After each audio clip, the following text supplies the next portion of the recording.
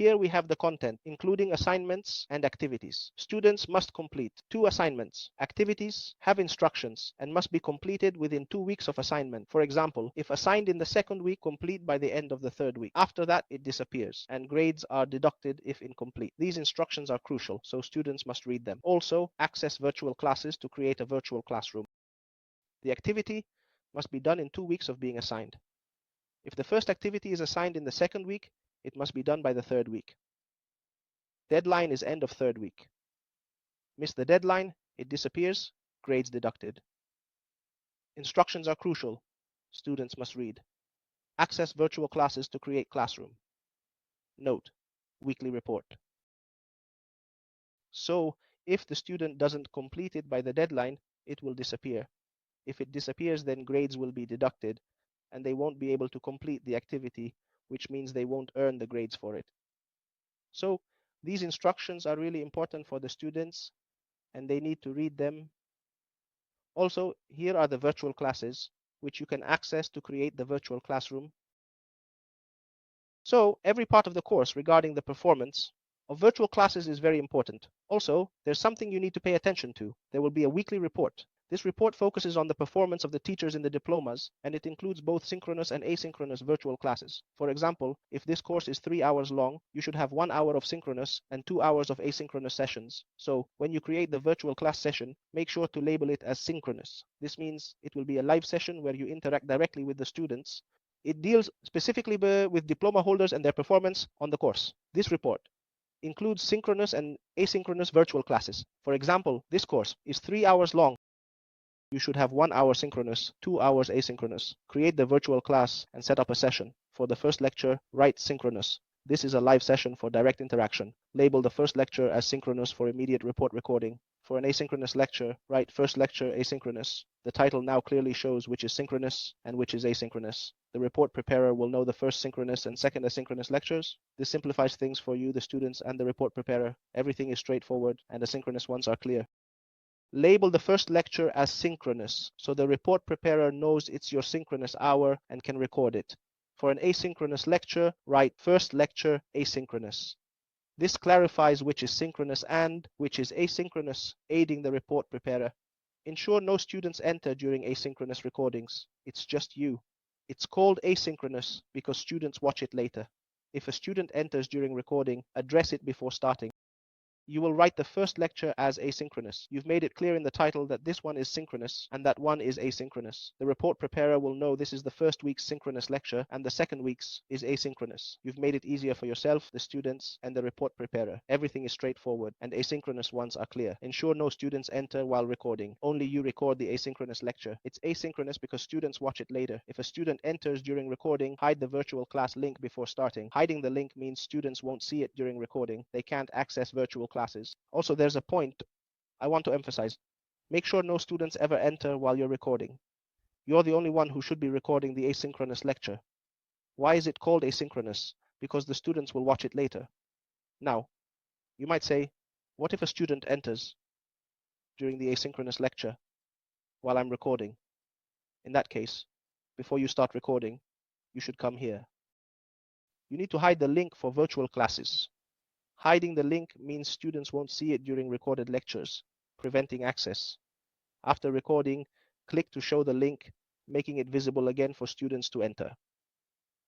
For discussions and forums, create a forum for course material discussions. Students can send messages or enter the forum. You can create topics for interaction, allowing replies and responses. Here's the main page, a summary of the course. This is your first view of the course layout. You can create a content area for asynchronous and synchronous recordings. In discussions and forums, if you create a discussion forum about the course material, students can message or enter the forum. You can also enter the forum and create a specific topic for student interaction for replies and responses through that forum. Now here's the main page, a simple course summary. This is your first look at the course. You can create a content area for asynchronous recordings and synchronous recordings. You can make it available to users and then click send and it will be last. You can also move it up by clicking and dragging it to place it right under the discussions tab. Okay, so here is the main page. This is basically a simple summary of the course. As you can see, this is the first time you're seeing how the course looks. You can also come here and create something called a content area, where you can say asynchronous recordings and synchronous recordings. You make it available to users and then click send, and it will be the last item at the bottom. You can also move it up by clicking and dragging it to place it right under the discussions tab. Now, when you create these recordings, you should go to create content and do something called a web link. Then you come here and say, for example, to allow students to access it outside of the lecture, like week 1 lecture, asynchronous. Then you put the link. Where do we get this link from? We get it from the virtual classes. So if you open it now, you can see you create these recordings by going to create content and doing something called a web link. Then you come here and say, for example, to allow students to access it outside of the lecture, like week 1 lecture, asynchronous. Then you put the link.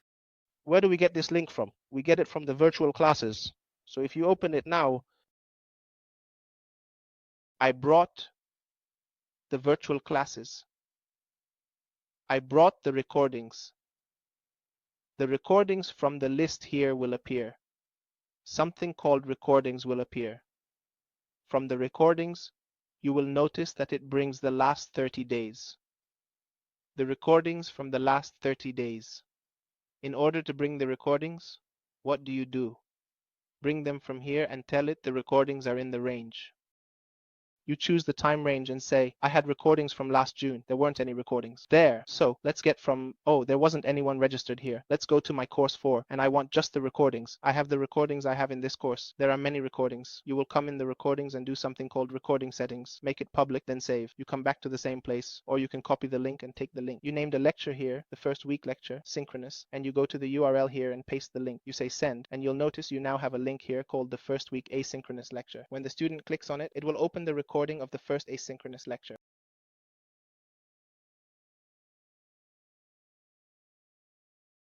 I have recordings in this course. Access them, adjust settings to public and save. Copy the link, name it first week lecture, synchronous, and paste it. Send it and you'll see. First week asynchronous lecture. Students click to open the recording. The goal is to create a list of asynchronous recordings for easy student access.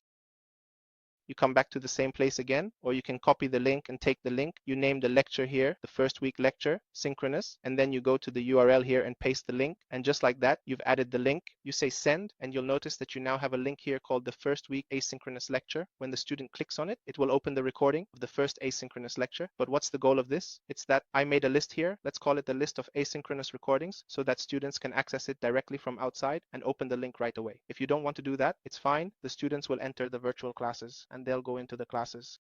What's the goal here? I created asynchronous recordings so students can access them directly. If you don't want to, it's fine. Students will enter virtual classes and access recordings there. They'll enter virtual classes, go to recordings, and open them without any problem. If you don't want to do it at all, there's no problem. The students will participate in the scheduled virtual classes. They will participate in the classes. I used to do it. They'll enter from the virtual classes. I wanted to clarify if you want a list of asynchronous recordings. If you want another list called synchronous, that's fine, but separate. This is one list, that is another. I'm pausing to see if you have questions before I move on. All right, doctor, I got and answered your question. If you want to create another list and call it synchronous, that's fine too, but it should be a separate list. This is one list, and that is another list. I'm just pausing it now to see if you have any questions about it before I move on. All right. Okay, doctor, I got your question. I answered that question. The course format that I just saw, is it exactly the same as the course I have? The course by Dr. Rasha. Yes. I actually brought you a course from the diploma programs, and it is indeed the same course. So, what subject are you referring to? English for business. Good. English. Okay, come on. Let me open English for you so you can feel reassured. English for business.